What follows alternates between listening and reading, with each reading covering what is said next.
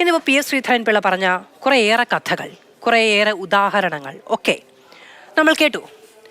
യഥാർത്ഥത്തിൽ കേരളത്തിൽ ഉള്ളത് ഒരു മുഖംമൂടി മാത്രമാണ് എന്നാണ് അദ്ദേഹം പറയുന്നത്. ഇടത് രാഷ്ട്രീയ പ്രസ്ഥാനങ്ങളെ മാത്രമല്ല, കോൺഗ്രസിനെ കുറിച്ചും അദ്ദേഹം അതുതന്നെയാണ് പറയുന്നത്. യഥാർത്ഥത്തിൽ ഇങ്ങനെ ഒരു RSS വിരോധം കേരളത്തിൽ CPM-നോ കോൺഗ്രസിനോ അവരുടെ പ്രത്യയശാസ്ത്രത്തിൽ ഉൾപ്പെടുന്നതല്ല എന്നുള്ളത് പറഞ്ഞു വെക്കുന്നു. ഇത് യഥാർത്ഥത്തിൽ അങ്ങനെയാണോ BJP അതിനെ മനസ്സിലാക്കുന്നത്? പലപ്പോഴും RSSനെ മനസ്സിലാക്കുന്നതിൽ കേരളത്തിലെ മാധ്യമപ്രവർത്തകർക്ക് അതല്ലെങ്കിൽ എതിരാളികൾക്കൊക്കെ സംഭവിച്ചിട്ടുള്ള വലിയ കുഴപ്പമുണ്ടെന്നേ ഞാൻ പറയൂ. RSS എന്ന് പറയുന്ന ഒരു വലിയ പ്രസ്ഥാനം, ഒരുപക്ഷെ ലോകത്തിലെ തന്നെ ഏറ്റവും വലിയ സംഘടന, അതൊരു അംബ്രല്ല ഓർഗനൈസേഷനാണ്, കേവലമായിട്ടുള്ളൊരു സംഘടനയല്ല.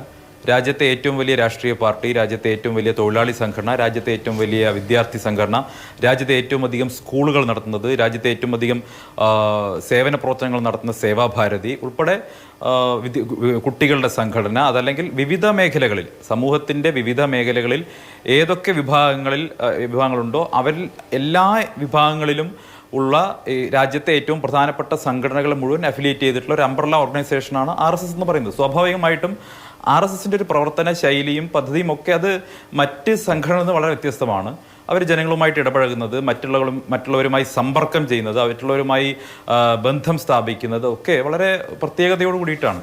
അതുകൊണ്ട് തന്നെയാണ് കഴിഞ്ഞ നിരവധി വർഷങ്ങളായിട്ട് ഈ രാജ്യത്തെ ഏറ്റവും പ്രധാനപ്പെട്ട ഒരു സംഘടനയായിട്ട് അതിന് നിലകൊള്ളാൻ സാധിച്ചത്. ഇന്നേ വരെ ഒരു പിളർപ്പ് എന്നൊരു വാർത്ത പോലും നിങ്ങൾ സംഘടന കേട്ടിട്ടില്ല. അത് ആ സംഘടനയുടെ പ്രത്യേകതയാണ്. ആ സംഘടനയെക്കുറിച്ച് പഠിക്കാത്തതിൻ്റെ കുഴപ്പം കേരളത്തിലെ ഒരുപക്ഷെ മാധ്യമപ്രവർത്തകർക്കും മറ്റുള്ള ആളുകൾക്കൊക്കെ ഉണ്ട് എന്ന് കരുതുന്ന ഒരാളാണ് ഞാൻ. പഠിക്കുകയാണ് വേണ്ടത് ആ വിഷയം.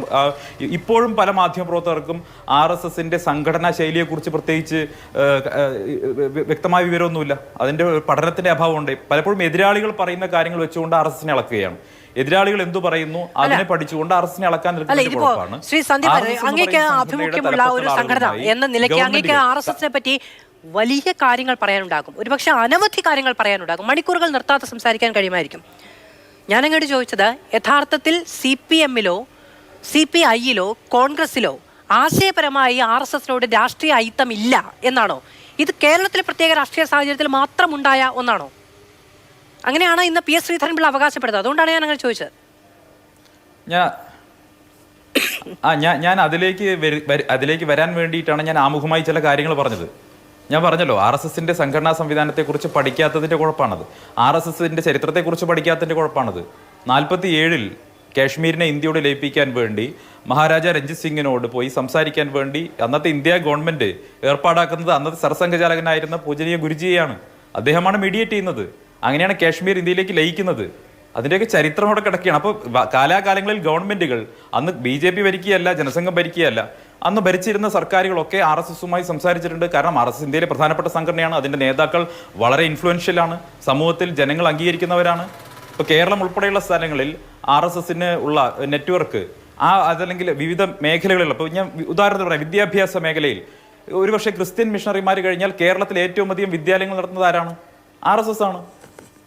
കേരളത്തിലെ ഏത് ഗ്രാമാന്തരങ്ങളിലെ RSSന് വിദ്യാലയങ്ങളില്ലാത്തത്? നിങ്ങൾ ആരെങ്കിലും അത് പഠിക്കാൻ ശ്രമിച്ചിട്ടുണ്ടോ? അപ്പോൾ സ്വാഭാവികമായിട്ടും വളരെ ഇൻഫ്ലുവൻഷ്യൽ ആയിട്ടുള്ള, സമൂഹത്തിൽ ആഴത്തിൽ വേരുകളുള്ള ഒരു സംഘടനയുടെ തലപ്പത്ത്, അതും രാജ്യത്ത് ആ സംഘടനയുടെ രണ്ടാമനായിട്ടിരിക്കുന്ന ഒരാളെ ചില ആളുകൾ പോയി കണ്ടിട്ടുണ്ടെങ്കിൽ അതിൽ ഒരു തെറ്റില്ല. ഒന്നാമത്തെ കാര്യം. രണ്ട്, നിങ്ങൾ ചോദിച്ചു CPM-ഉം കോൺഗ്രസും ഉൾപ്പെടെയുള്ള അതിൻ്റെ പാർട്ടി എന്നുള്ള നിലയ്ക്ക്, അവരുടെ രാഷ്ട്രീയ പ്രസ്ഥാനം എന്നുള്ള നിലയ്ക്ക് ചിലപ്പോൾ അവർ പുറമേക്ക് പല കാര്യങ്ങളൊക്കെ പറയുന്നുണ്ടാവാം. പക്ഷേ ഈ നമ്മുടെ ഇന്ത്യൻ രാഷ്ട്രീയത്തിൻ്റെ പല ഗതിവിഗതികളിൽ പലപ്പോഴും RSSുമായി യോജിച്ച് നിന്നിട്ടുണ്ടല്ലോ, പല ഘട്ടങ്ങളിൽ യോജിച്ച് നിന്നിട്ടുണ്ടല്ലോ. അടിയന്തരാവസ്ഥയുടെ കാലഘട്ടത്തിൽ ഈ പുറത്തു നിൽക്കുന്നവർക്ക് മാത്രം കാണാൻ ഒരു മുഖം മൂടി എന്നുള്ളതാണോ BJP മനസ്സിലാക്കുന്നത്? അങ്ങനെയാണോ? അല്ല, ഞങ്ങൾ ഒരിക്കലും ആ മുഖംമൂടി അണിഞ്ഞിട്ടില്ലല്ലോ. ഞാൻ ചോദിക്കുന്നത്, ചരിത്രത്തിന്റെ പല സന്ധികളിൽ ഇടതു പാർട്ടികളും കോൺഗ്രസും RSSന് അനുകൂലമായോ RSSനോട് ചേർന്നോ പ്രവർത്തിച്ചിട്ടുണ്ട് എന്ന് ശ്രീധരൻപിള്ള പറഞ്ഞു. ഇപ്പോഴും ആ ചേരാനുള്ള മനസ്സും ചേർന്ന് പ്രവർത്തിക്കാനുള്ള ബോധ്യവും രാഷ്ട്രീയമായ ഐത്തമില്ലാത്ത മനോഭാവവും അവർക്കുണ്ട് എന്നാണോ BJP മനസ്സിലാക്കുന്നത്? ഞാൻ മൂന്നാമത്തെ തവണ അങ്ങോട്ട് ചോദിക്കുന്നത്.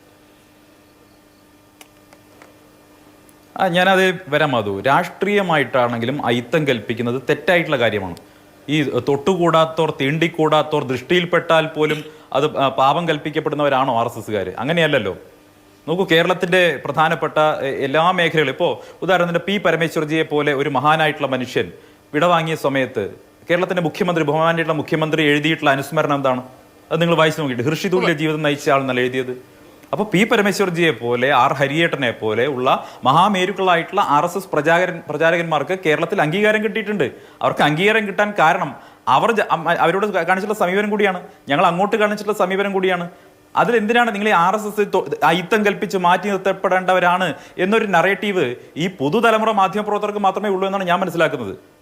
ഒരുപക്ഷെ പഴയ കാലത്തെ നിങ്ങളുടെ സ്ഥാപനം CPM-നും കോൺഗ്രസിനും ഇല്ലാത്ത അയിത്ത മനോഭാവം മാധ്യമപ്രവർത്തകർക്ക് മാത്രമുണ്ട്. അതുകൊണ്ടാണ് അവർ ഈ കണ്ടെങ്കിൽ കണ്ടത് എന്തിനാണെന്ന് ആവർത്തിച്ച് ചോദിക്കുന്നത്, അല്ലേ?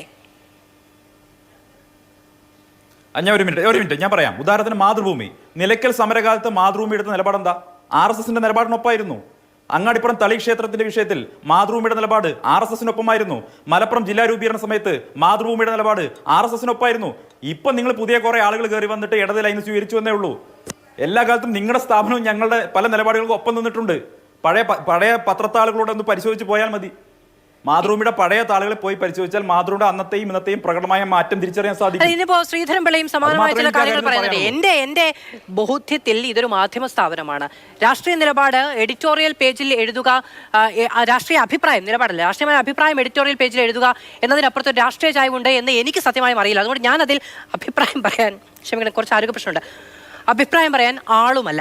ഞാൻ ചോദിക്കുന്നത്, ശ്രീ സന്ദീപ് വാര്യർ നാലാമത്തെ തവണ ഞാൻ 4ാമത്തെ തവണ അങ്ങയോട് ആവർത്തിച്ച് ചോദിക്കുന്ന ഒരു കാര്യം, അങ്ങ് പറഞ്ഞു തൊട്ടാൽ തീണ്ടിയാൽ കണ്ടാൽ പാപം എന്ന മനോഭാവം CPM-നും കോൺഗ്രസിനും പുറമേക്ക് മാത്രമേ ഉള്ളൂ എന്ന് BJP മനസ്സിലാക്കുന്നുണ്ടോ ഇപ്പോഴും? അങ്ങക്ക് എന്തെങ്കിലും മനസ്സിലാക്കാൻ കഴിയാത്ത ഒന്ന് എൻ്റെ ആ സെന്റൻസിൽ ഇല്ല എന്ന് ഞാൻ വിചാരിക്കുന്നു. അല്ല, അത് ഞാൻ പറഞ്ഞല്ലോ, അത് CPM-ന്റെയും കോൺഗ്രസിന്റെയും ഒക്കെ ഇപ്പോഴത്തെ തലമുറ നേതാക്കളോടാണ് ചോദിക്കേണ്ടത്. അവർക്കാർക്കും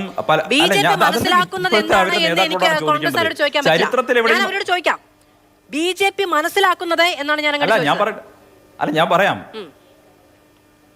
അല്ല, കേരളത്തിലെ ഇപ്പോഴത്തെ രാഷ്ട്രീയ സാഹചര്യത്തിൽ മുസ്ലിം പ്രീണന്റെ രാഷ്ട്രീയം കളിക്കാൻ വേണ്ടി CPM-ഉം കോൺഗ്രസും ആവർത്തിച്ച് ശ്രമിച്ചുകൊണ്ടിരിക്കെ, മുസ്ലിം പ്രീണന മാധ്യമപ്രവർത്തനവും നടന്നുകൊണ്ടിരിക്കെ, സ്വാഭാവികമായിട്ടും ഒരു വിഭാഗം ആളുകൾക്ക് RSSനെ ഞങ്ങളാണ് എതിർക്കുന്നതെന്ന് കാണിക്കാൻ വേണ്ടിയുള്ള ചില നാടകങ്ങൾ നടത്തണം. പക്ഷെ അവർ ചരിത്രം മറക്കുന്നു എന്നായിരിക്കണം ബഹുമാനപ്പെട്ട ഗവർണർ ഇന്ന് സൂചിപ്പിച്ചിട്ടുണ്ടാവുക. ഓക്കെ, ആ നാടകത്തിനപ്പുറം ഈ പ്രത്യയശാസ്ത്ര അയിത്തമില്ല എന്നുള്ളതാണ് BJP മനസ്സിലാക്കുന്നതെന്ന് ഞാൻ അങ്ങ് ഇത്രയും നേരം എടുത്ത് പറഞ്ഞതിൽ നിന്ന് എടുക്കുകയാണ് കേട്ടോ. അങ്ങേക്ക് തിരുത്തണമെങ്കിൽ എതിർപ്പുണ്ടാകാം. അയിത്തം എന്തിനാണ് മാധു?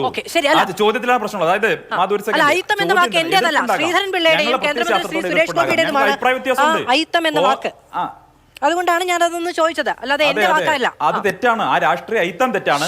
അഭിപ്രായ വ്യത്യാസം ഉണ്ടാകാം. ഒരു സെക്കൻഡ്, അഭിപ്രായ വ്യത്യാസം ഉണ്ടാകാം. CPM-ഉമായിട്ട് ഞങ്ങൾക്ക് അഭിപ്രായ CPM-ഉം CPI-യും തമ്മിൽ പല കാര്യങ്ങളും അഭിപ്രായ വ്യത്യാസമുണ്ട്. CPM-ഉം CPI-യും തമ്മിൽ ഈ RSS കൂടിക്കാഴ്ചയുമായി ബന്ധപ്പെട്ട അഭിപ്രായ വ്യത്യാസമുണ്ട്. പക്ഷെ അവർക്ക് ഈ പറയുന്ന തൊട്ടുകൂടായ്മയില്ല. BJP നേതാക്കളുമായി അല്ലെങ്കിൽ RSSന്റെ നേതാക്കളുമായി ഒരു വേദി പങ്കിടുന്നതുമായി ബന്ധപ്പെട്ട് പ്രശ്നമില്ല. ശിവഗിരി കാര്യങ്ങളൊക്കെ ഇന്ന് ശ്രീധരൻ പിള്ള പറയുന്നുണ്ടായിരുന്നല്ലോ. അപ്പോൾ ഈ പുറമേ കാണിക്കുന്ന അയിത്ത മനോഭാവം എന്ന് പറയുന്ന ഒരു പുറംപൂച്ചാണ്, അങ്ങ് പറഞ്ഞതുപോലെ നാടകമാണ് എന്നാണ് BJP മനസ്സിലാക്കുന്നത് എന്നാണ് ഞാൻ വിചാരിക്കുന്നത് കേട്ടോ. ശ്രീ സന്ദീപ് വാര്യർ സമയമെടുത്ത് പറഞ്ഞതിൽ നിന്ന്